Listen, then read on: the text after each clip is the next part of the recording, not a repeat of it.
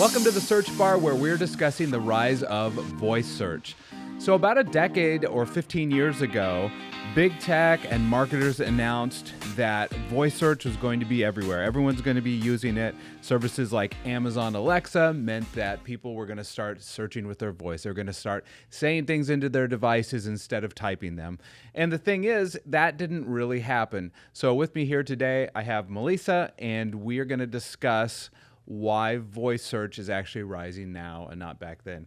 So how come 15 years ago, 10 years ago, I remember going to search conferences and everyone was talking about mobile devices, and this was 2010, 2015, people were talking about how voice search is going to take off, and it didn't really.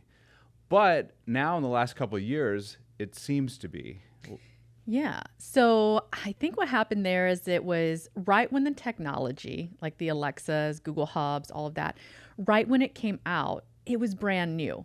And so I think the market and the industry was like, this is what's going to change. But it was the first time that us as consumers, as users, we were actually interacting with it.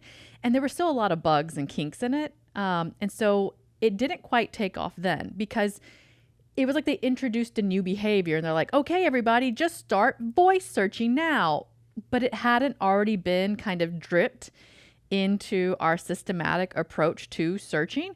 We were still just typing to find those answers. And even 10 years ago, which, doesn't seem that long ago, we were still very basic in our way of searching, and we weren't really ready to move away from it. So now, fast forwarding those 10 years or so to where we are today, this is where slowly there have been things that have been introduced into our behaviors to help us shape into voice search. Examples: we've now gotten to a point where our interactions with things, we don't have the time to just waste on stuff, and so we've been getting a lot faster. So we're looking for things that are going to save us time. So instead of texting someone, you walk around all the time and see people just like holding their phones like this, talking into them to voice activate the text, right? And so now that we've been getting used to voice texting, the next layer is then we start talking to using our voice for all the other items, all the other technologies that will accept that. So enter in, I would say people weren't really doing it so much with Google, but with ChatGPT coming out a few years ago, then people started to notice like, oh, if I'm going to prompt this, it's really long to type out what I'm going to prompt. So instead of typing it, they're now talking it.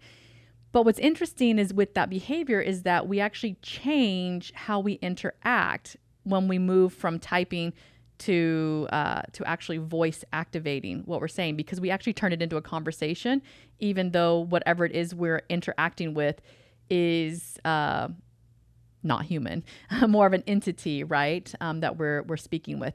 And you can even see that if you ever go through and actually look at how you voice text versus how you type text, it's very different, the message that you're actually sending to that user. It's much more conversational than it is when you're actually texting. Yes. And I think on top of all of that, just the technology has caught up so that it understands voice better. So like on your iPhone, for instance, it does a much better job today than it did back in, 2015, 2010 of understanding what you say and then putting that into text. So the technology has caught up as well as our behaviors. Yeah, and like the first time they introduced it, the technology, it was brand new. It had a lot of things that it needed to get worked out. It's like introducing anything brand new, right? Like think about when Ford introduced the first car, right? And people were so used to horses and wagons and whatnot. They didn't it wasn't an immediate thing. It wasn't like everybody stopped using their horses and all of a sudden went to cars. Like there was a transition. Took them like decades, yeah. Yeah, and so it's the same thing. They introduced a brand new technology, but we didn't have the behavior to back it up. And the technology wasn't ready for us to use it the way, if we were going to flip fully over to voice, it wasn't there to handle everything. Even today, honestly, Alexa isn't really there. It's definitely compared not to ideal. You can't ask it everything you want to. I think sometimes marketers get really excited by the new technologies, by the new trends they see coming, and sometimes they announce something's dead or something is going to take off, and it doesn't right away, and it takes a long time. Mobile sites are the same way. I remember when When we started Blue Compass back in 2007, mobile sites were just starting to become a thing. And but I remember going to some of these conferences like SMX in Seattle and New York, and they would be like, talking about mobile sites and how they're going to take over. And, mobile versions of websites, responsive sites have obviously become a prevalent thing, but not right away. I mean, it took a few years to get there. Well, they also needed to figure out how it was going to work. I mean, that's another example of where behavior changed or the technology was there before the behavior, right? So like it was a desktop site which everybody was used to. And then you had your MDOTs, right? Your mobile versions of your site. Yeah, so you had like two different CMSs or maybe one CMS, but two different websites that you had to control. And lo and behold, like maybe 4 or 5 years later, it was like, okay, get away from the two different sites. Just have a responsive site. Just make one site that works for everything. Yes, much better. And that also kind of leads us to what we're still talking about here, which is where, it wasn't just texting or voice texting that is changing this behavior. It's also AI that is also changing us to be more conversational and want to do that, because we're asking all of these different search engines. We're asking more complicated questions now and wanting to do more complicated things within search. Again, not just Google or like a ChatGPT or a SearchGPT or Perplexity. We're wanting to do a lot more. And so like there's even ability, like, I mean, I've seen our teenage boys like using Snapchat, and they're searching within there. And so it's like we're wanting to do everything anywhere. And it's that whole presence. And now we're starting to bring not just our thumbs and not just our fingers into it.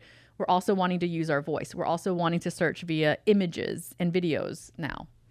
I think voice search also, another reason for the rise of it lately is AI, like you're saying, but AI does a better job of understanding voice searches than we have seen in the past. In the past, you had to be maybe a little more precise and exact in what you say, and you type it in a certain way, but we talk a lot differently than we type.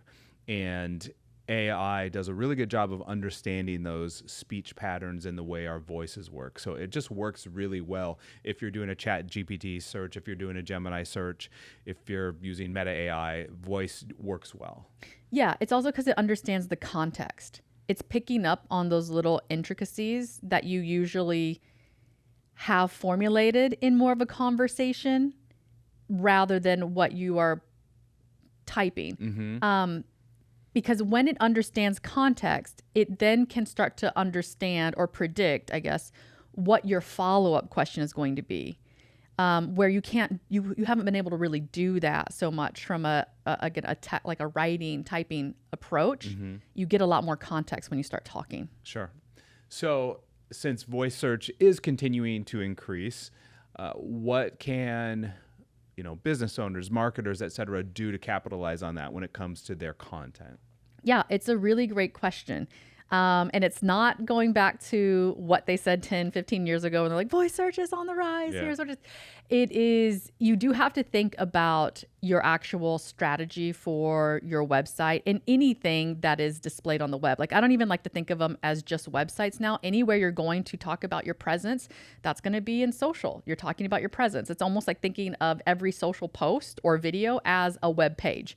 So you need to think about how you are using that in a conversational format now. And I know like a real basic format in which a lot of SEOs kind of think about conversational search is as FAQs, right? They're answering, you're asking a question and then you're answering it there. Yes, but FAQs is a really basic way of doing that. You're not really thinking about the ecosystem of a follow-up question in an FAQ. FAQ is literally a frequently asked question. It's things that people ask all the time. But if you break away from what people are asking all the time and think about more, what is the next logical thing that they would want to know? That gives you a whole different sense of how you're going to put your content together and like the strategy behind that, rather than just answering basic things and giving basic answers. Yeah. And like anything, I mean, I feel like so often the answer to an SEO type of a question is also just have like fresh original content that you wrote or someone on your team wrote that is really valuable to your target audience, and try to speak, like you said, conversationally, but don't try to be too technical, speak in your own voice. Don't overthink it too much, and don't be afraid to have, especially if you're discussing, questions or something that someone might have about one of your products or one of your services. It's okay to have a lot of content as long as it's well organized. You have the right headings throughout. That stuff works really well for voice search, for AI search, etc. Yeah, that you actually bring up a really good point there, is that in the end, once you have all your content together, you do need to think about its structure, because structured content is like, we're still AI or a search engine bot. They're still bots. They still understand everything based off of a certain structure, because a bot's brain is a database, and a database is 100% structure all the time. Yes, absolutely. Yeah, and we've seen a lot of value too with schema markup, like FAQ schema markup and things like that. We've seen that really, really help, especially in Google search results, but also like pulling into some of Google's AI results up at the top of the page. Schema markup has been a game changer for a lot of our clients. Yeah. Well, we hope that was helpful for you. Like the video, subscribe to the channel. Thanks for tuning in. We'll talk to you next time.